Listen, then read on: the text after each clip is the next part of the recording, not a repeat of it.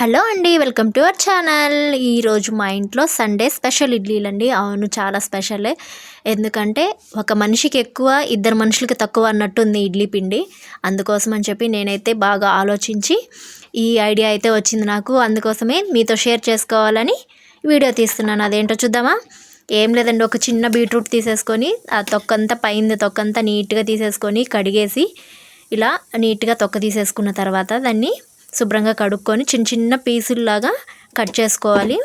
Cut చేసుకున్న తర్వాత దాన్ని కొంచెం వాటర్ వేసేసి మిక్సీ పెట్టేసుకున్నామంటే మెత్తగా గ్రైండ్ చేసుకోవాలి. పిండిలో కలిసే విధంగా మెత్తగా గ్రైండ్ చేసుకున్నామంటే మనకి బీట్రూట్ పేస్ట్ అనేది వస్తుంది. మనకి చాలా హెల్దీ అండ్ ఇడ్లీ కూడా చాలా బాగుంటాయి. బీట్రూట్ తినని వాళ్ళకైతే ఇది ఒక మంచి టిప్ లాగా ఉంటుందన్నమాట. చాలా అంటే చాలా టేస్టీగా ఉంటాయండి ఇడ్లీలు, చాలా బాగుంటాయి. ఒకసారి మీరు ట్రై చేసి చూడండి. కాకపోతే దీంట్లోకి పల్లి చట్నీ కంటే కూడా కారం లేదంటే కారపొడి ఏదైనా అయితే బాగుండేది. నేను చట్నీ చేశాను. ఈ పిండిలో కలిపేసుకొని కొంచెం ఉప్పు వేసుకొని కలిపెట్టుకున్నామంటే కలర్ చూసారా ఎలా వస్తుందో, అసలు భలే ఉంటుంది. వైట్ అండ్ పింక్ కలపడం వల్ల చూసారా ఎంత కలర్ చాలా బాగా వచ్చేసింది.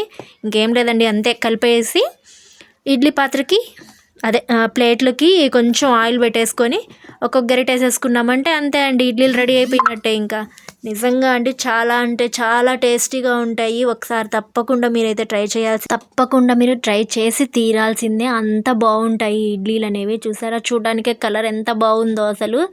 ఇంతే అండి, ఒక్కొక్క గరిట వేసుకున్నామంటే సరిపోతుంది.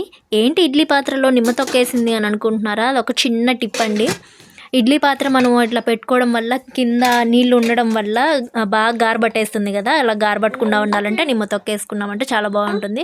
చూసారా ఎంతో టేస్టీ అండ్ హెల్దీ బీట్రూట్ ఇడ్లీలు రెడీ అయిపోయాయి. టేస్ట్ చూసి ఎలా ఉందో చెప్పండి.